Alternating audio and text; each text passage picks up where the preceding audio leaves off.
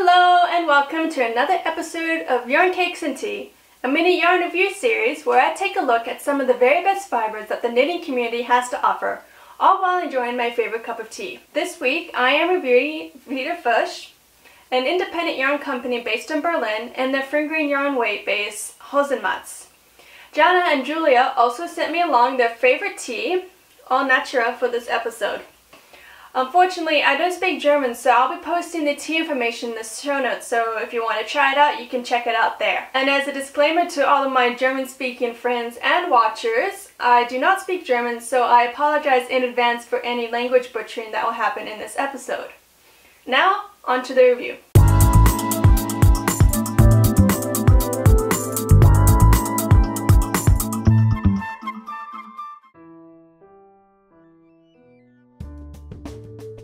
Before I talk about the yarn, I'll want to give a little bit of background info behind the creators of Frida Fuchs. Frida Fuchs was founded by the two creative and talented sisters, Jana and Julia. Jana, who is the older of the duo, is in charge of hand dyeing the yarns. She currently lives in Switzerland, and she said she finds that her surroundings heavily influence her work, and also ensures that the yarn has its own flair. She commutes between Zurich and Berlin, and she also finds inspiration in these two beautiful cities for the vivid and rich colors for her colorways. Julia, the younger, is in charge of distribution and is also the creative mind behind the very wonderfully descriptive names of the bases and colorways. When I received the package from Frida Fuchs, I was not expecting anything special or out of the ordinary for the packaging. However, I was pleasantly surprised at the presentation of their work. The yarn was wrapped up in very nice tissue paper. They also included a letter and a sticker with their logos on it. And I find that their branding is done very well.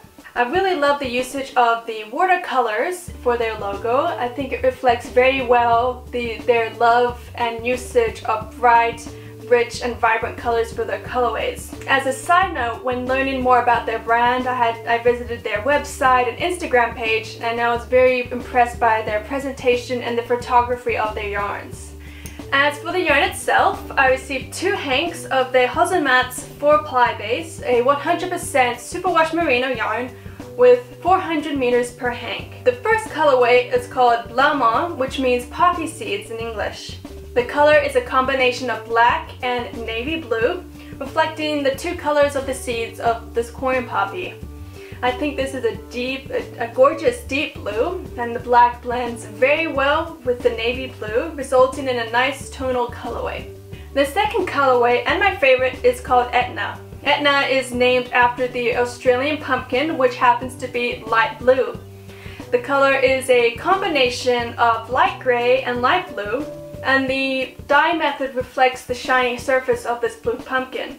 And after taking a look at these blue pumpkins, the colorway certainly does a good job of resembling it. I really love this colorway. It's soft in the eyes, and I love the subtle tonal shifts. The 4-ply twist in the yarn gives the hanks a very sturdy and robust feel. It's not the softest yarn I've ever felt, and I think that's because I've been spoiled by merino and cashmere blends, but it does seem to make for a good all-around yarn for your knitting projects.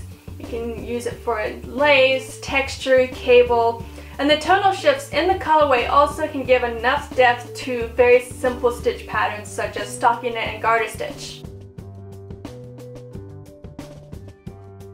Using the Etna colorway, I swatched the yarn using the same stitch pattern I plan on using this yarn for. A very simple one skein wonder shawl with a lace border. I will say that working with the yarn was a little rough on my fingers, and even on my metal needles it clung and it squeaked a little.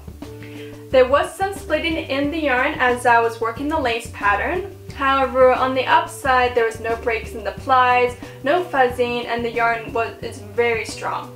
No problems at all with that.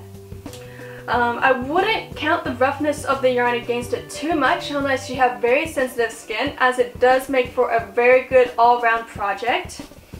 It's very strong and sturdy, so you don't have to worry too much about the yarn breaking down from wear and tear over time.